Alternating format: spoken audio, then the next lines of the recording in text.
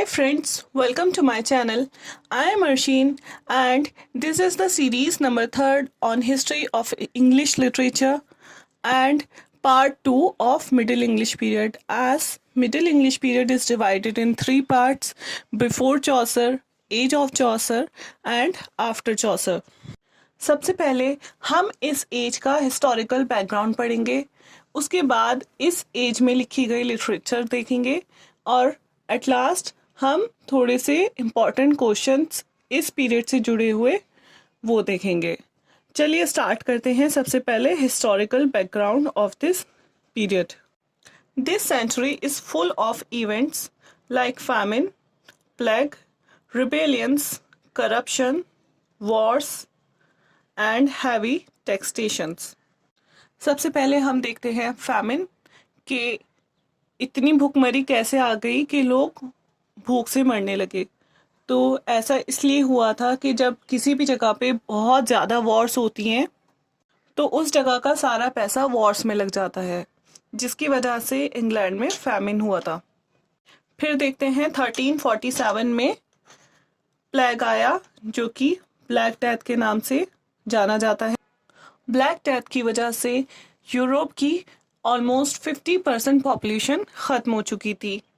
उसके बाद हम देखते हैं 100 ईयर्स वॉर, जिसकी ड्यूरेशन तो 116 ईयर्स है, लेकिन इसको हम 100 ईयर वॉर्स के नाम से जानते हैं।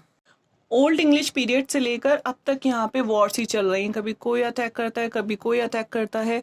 लेकिन इस बार जो वॉर का जो रीज़न था वो था इंग्लैंड एंड फ्रांस के बीच में।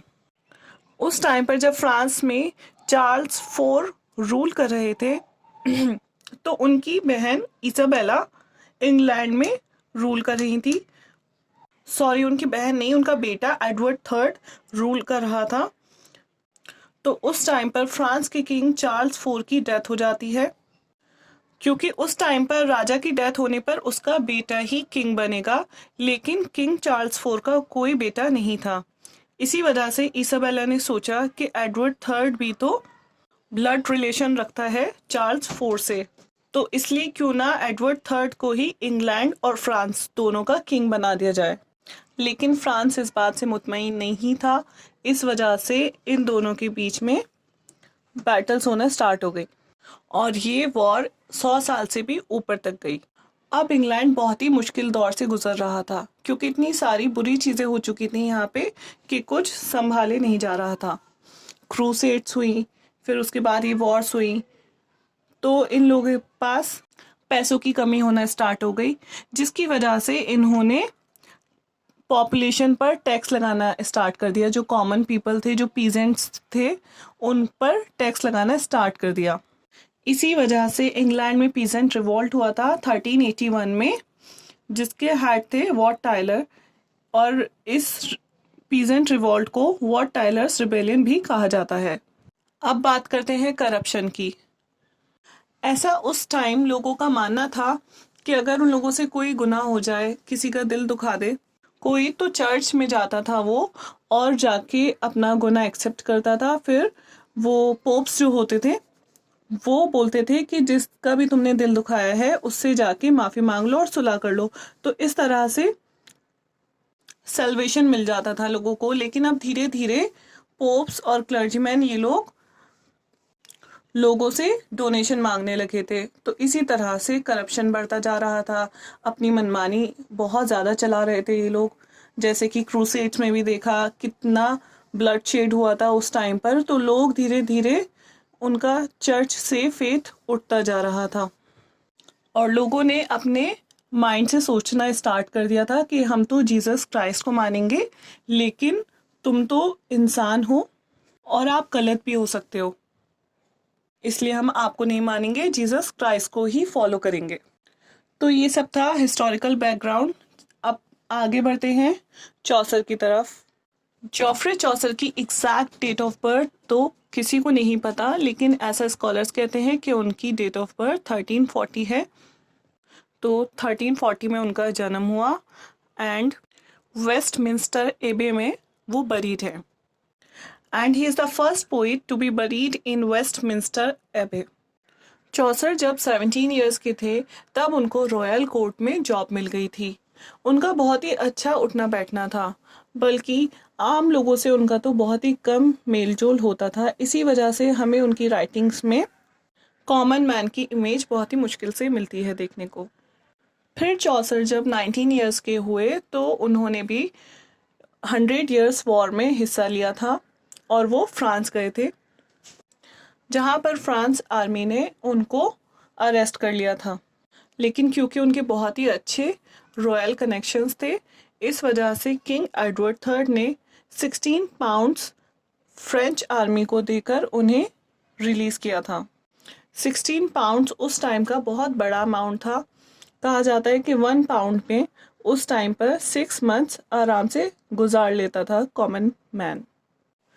फिर 1370 से लेकर 1378 तक उन्हें डिप्लोमेटिक मिशंस पर भेजा जाने लगा, जिस वजह से वो 2 बार इटली गए।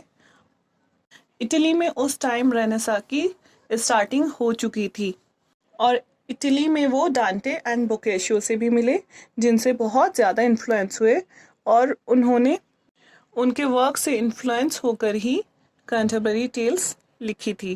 डांटे, Petrarch and Boccaccio are known as the 3 crowns of Italian literature. अब देखते हैं वर्क्स ऑफ चौसर। चौसर का वर्क डिवाइडेड है 3 पार्ट्स में, French, Italian and English. Roman de la Rose which is a French poem, उसको चौसर ने ट्रांसलेट किया था इंग्लिश में। सेकंड है बुक ऑफ डचेस, जो कि जॉन ऑफ गॉन्ट उनके इंसिस्ट करने पर जॉफ्रे चौसर ने लिखी थी। John of Gaunt Duke of Lancaster थे और चौसर के पैट्रन और बहुत अच्छे दोस्त भी थे। जॉन ऑफ गॉन्ट की जो वाइफ थी डचेस ऑफ लैंकास्टर ब्लांचे, उसकी डेथ हो गई थी। उसी की याद में जॉन ऑफ गॉन्ट ने चौसर से ये वर्क लिखने को बोला था। ये एक ड्रीम विजन जर्नर है। ये दोनों वर्क चौसर के फ्रेंच पीरियड के अंदर आते हैं। अब देखते हैं इटालियन पीरियड में। चौसर ने लिखा था ट्रायलस एंड क्रेसिडा, जो कि बोकाशियो के फिलोस्ट्रेटो वर्क से इंस्पायर होकर चौसर ने ये पोएम लिखी थी। नेक्स्ट वर्क है द हाउस ऑफ फेम। ये भी एक ड्रीम विजन है। पोइट अपने आप को सोते हुए किसी ग्लास टेम्पल में पाता है with an eagle as a guide. Third work है parliament of fowls. Parliament of fowls is a very interesting work. इस वर्क में दिखाया गया है कि सेंट वैलेंटाइंस डे के दिन सारी बर्ड्स इकट्ठा होती हैं और अपना लाइफ पार्टनर चूज़ करती हैं। तो वैलेंटाइंस डे सेलिब्रेट करने का आइडिया चौसर के इसी वर्क के बाद से आया था। ये था इटालियन पीरियड। अब है लास्ट इंग्लिश, जो कि उन्होंने कैंटरबरी टेल्स लिखी थी। वो भी उसमें बहुत सारी स्टोरीज़ हैं जो कि इंस्पायर्ड हैं इटालियन वर्क से। Iambic pentameter, heroic couplet and rhyme royal, इन सब की स्टार्टिंग चौसर ने ही की थी। Rhyme royal is an stanza of 7 line which is in iambic pentameter. इस पीरियड के कुछ और इम्पॉर्टेंट राइटर्स के नाम हैं William Langland, John Wycliffe and John गोवर।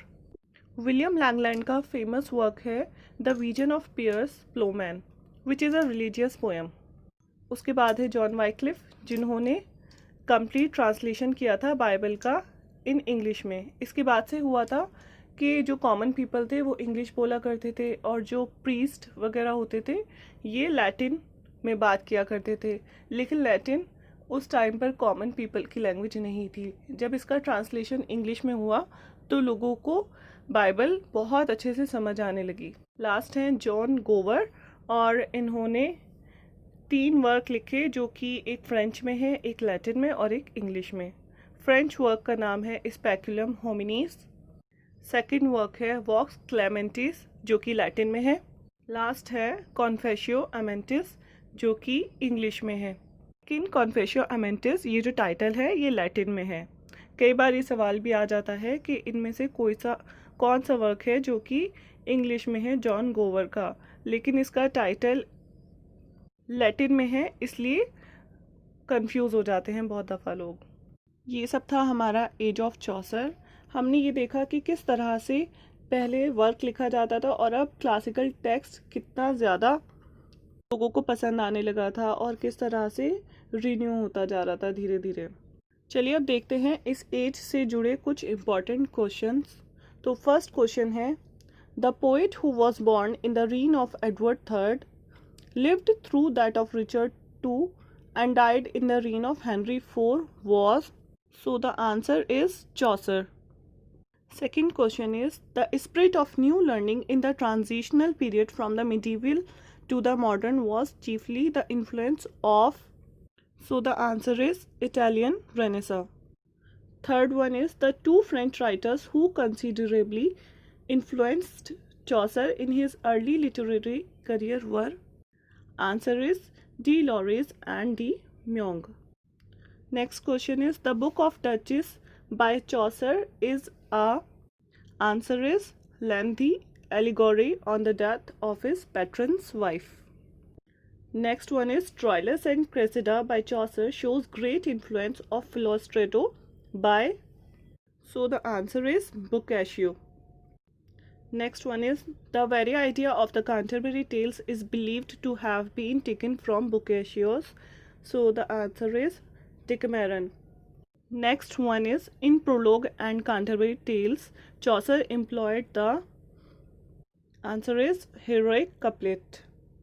ये सब थे कुछ इंपॉर्टेंट क्वेश्चंस। अगर आप लोगों को मेरी वीडियो पसंद आई है तो प्लीज़ लाइक करें एंड सब्सक्राइब करें मेरा चैनल। Thank you.